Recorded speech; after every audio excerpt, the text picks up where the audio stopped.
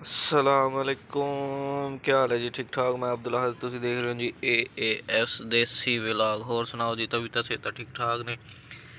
सारे फिट फाट हो? क्या हो रहा है जी और क्या नहीं हो रहा है जी? पौधे शादे देख रहे हो जी, माशाल्लाह जी आहिस्ता आहिस्ता बढ़ते जा रहे हैं। और खरगोश जड़ा जी इन्होंने अस करते हैं जी शिफ्ट। सुबह सुबह का टाइम, प्यारा प्यारा मौसम, इन्हों करते हैं जी शिफ्ट परले पिंजरे दे विच। उस दे विच कचरा वगैरह काफ़ी होया पिया, सफाई करने वाली आके सफाई करांगे। ते खरगोशन जड़ा ना जी असी शिफ्ट करते हैं परले पिंजरे च। हुण माशाल्लाह अपने आप ही जड़ा ना भज के उधर चले जाते हैं। सारिਆਂ ਨੂੰ पता है कि हुण उधर जाना, इस तो पहला कि बाहर निकलन दोबारा और इन्हों करिए बंद। ते साढ़े कोल है जी घी वाली रोटी। घी वाली रोटी जरा शौक ना खा लेंदे ने। सुबह सुबह जड़ा ना इन्हों थोड़ी जी रोटी डाल दें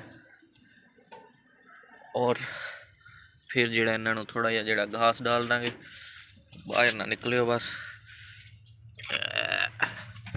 कमले ही होए फिरदे ने। ओए होए ओए होए, ओ भज गए भज गए।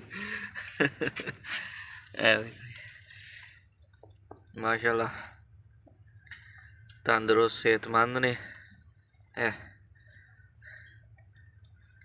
सारे अपनी अपनी जड़ियाँ बुरकियाँ उठा के और भजते फिरते ने कि मेरे तो कोई ना खो लवे जी।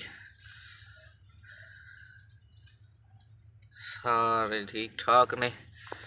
रोटी खा लें तो फिर इन्होंने डाल दें जी घास और असी करते हैं जी इतों की सफाई सुथराई। काफ़ी जड़ा ना कचड़ा होया पिया वा, तो इतों की सफाई करते हैं, उस पिंजरे की सफाई करते हैं जड़ा वो भी खुश्क हो जाए।